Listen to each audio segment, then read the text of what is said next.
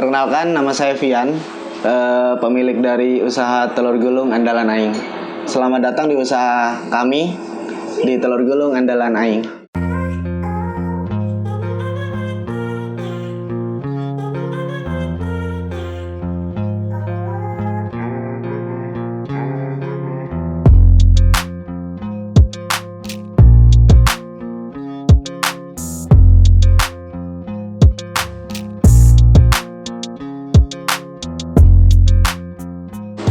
Awal mula berdirinya bisnis ini tanggal 17 Desember 2019.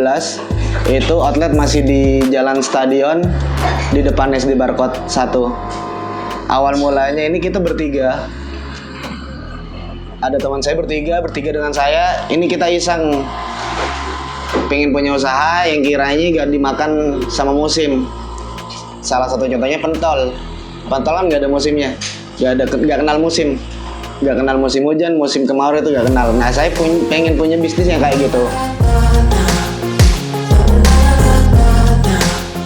Nah, terbesit ide dari telur gulung ini gara-gara saya punya referensi dari Instagram, YouTube dan lain-lain. Itu ada salah satu bisnis telur gulung juga di Jawa. Saya lupa dari mananya. Itu sampai buka bercabang-cabang, banyak cabang intinya. Akhirnya saya coba-coba, saya konsultasi sama teman, ya kita bikin bisnis. Ini saya modal ada, kita kelola bareng sama 3 orang tersebut. Singkat cerita, saya buka usaha ini di Desember 2019 itu bertiga dengan modal bismillah. Artinya modal bismillah itu gak ada persiapan sama sekali. Pembukuannya belum matang, manajemen uangnya juga gak ada apa-apa. Yang jelas kita berangkat bismillah aja.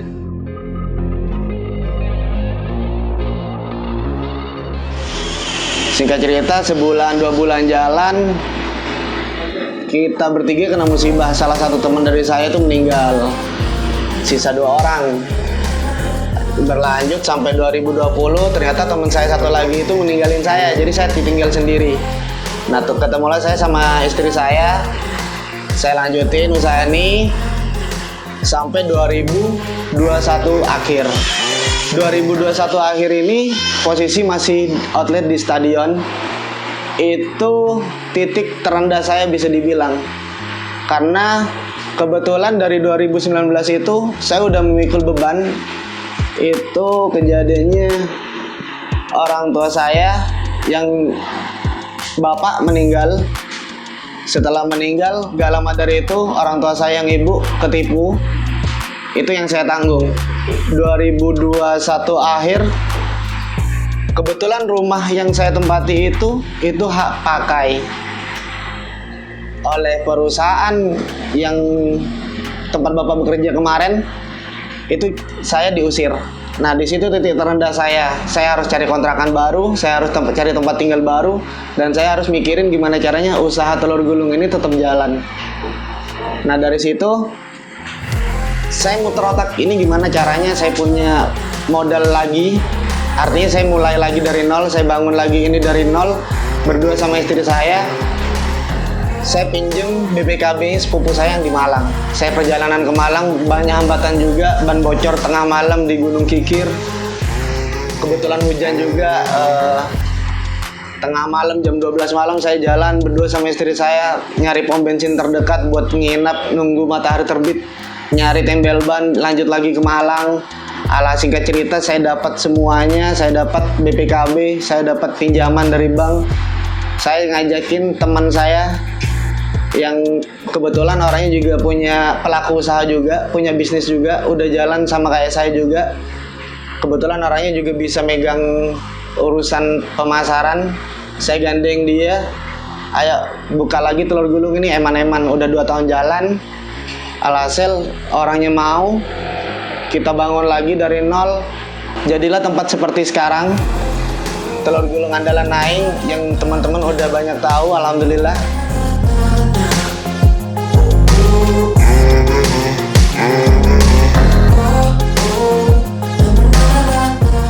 Cara atau strategi pemasaran saya untuk ngasih tahu kalau ada telur gulung yang berupa outlet di Pamekasan ini, saya sebenarnya gak begitu ngerti untuk cara pemasaran. Kebetulan alhamdulillahnya saya banyak teman, banyak kontak di telepon saya manfaatkan itu. Saya minta tolong ke teman-teman, tolong dong bantu sharein. Nanti kalau ke outlet tak tambahin lebih telur gulungnya. Dari situ teman-teman saya banyak bantuin, banyak yang bikin story tentang telur gulung. Alhasil dari teman ke teman itu mulai banyak yang tahu telur gulung. Itu waktu masih di outlet yang di stadion. Nah, kalau udah di sini di 2022 ini zaman udah canggih, udah banyak influencer juga. Jadi kita memanfaatkan platform-platform seperti Instagram, TikTok, dan berbagai macamnya untuk cari yang namanya pemasaran yang sebagus mungkin, yang semaksimal mungkin. Nah, jadinya seperti sekarang yang teman-teman lihat, alhamdulillahnya telur gulung selalu kelihatan rame.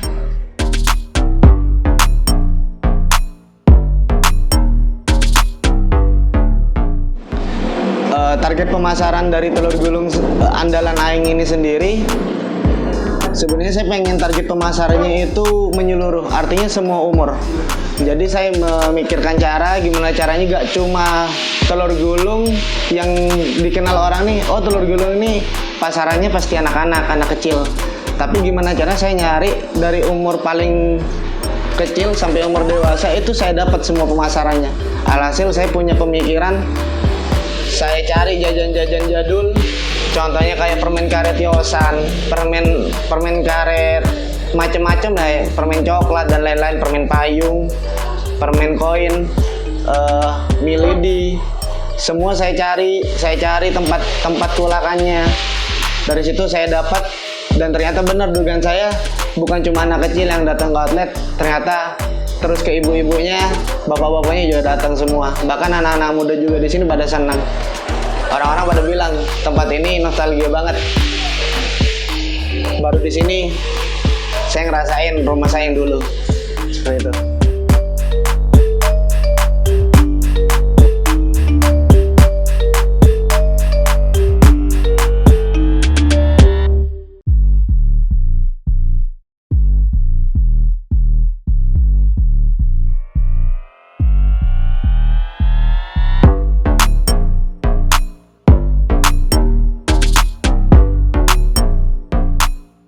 Menanggapi persaingan sesama wirausaha yang ada di Pamekasan. Kebetulan di Pamekasan kebanyakan yang usaha itu kafe. Jadi saya punya telur gulung ini, dan kebetulan beda jalur sama kafe yang artinya kopi-kopi dan lain-lain. Saya jual telur gulung tapi berbentuk semi kafe. Di situ saya pede aja. Saya punya pasar sendiri, dan kebetulan target pasar saya bukan cuma satu untuk anak-anak doang, tapi anak-anak, remaja, bahkan sampai orang-orang tuanya itu juga target pasar saya. Jadi saya pede-pede aja.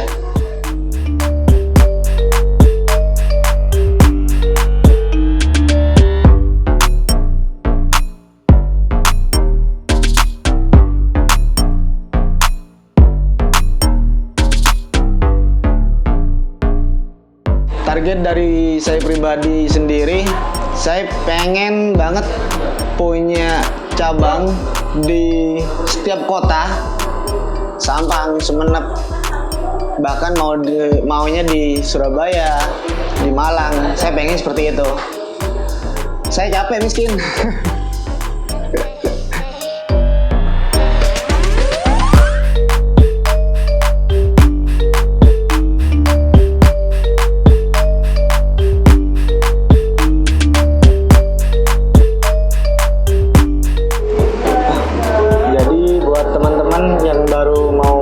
Usahanya dibuka aja dulu, usahanya dijalani dulu, ditekuni dulu.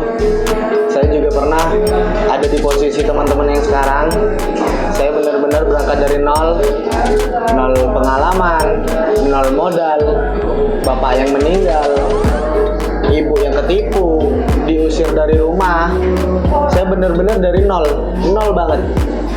Saya aja bisa, masa kalian enggak?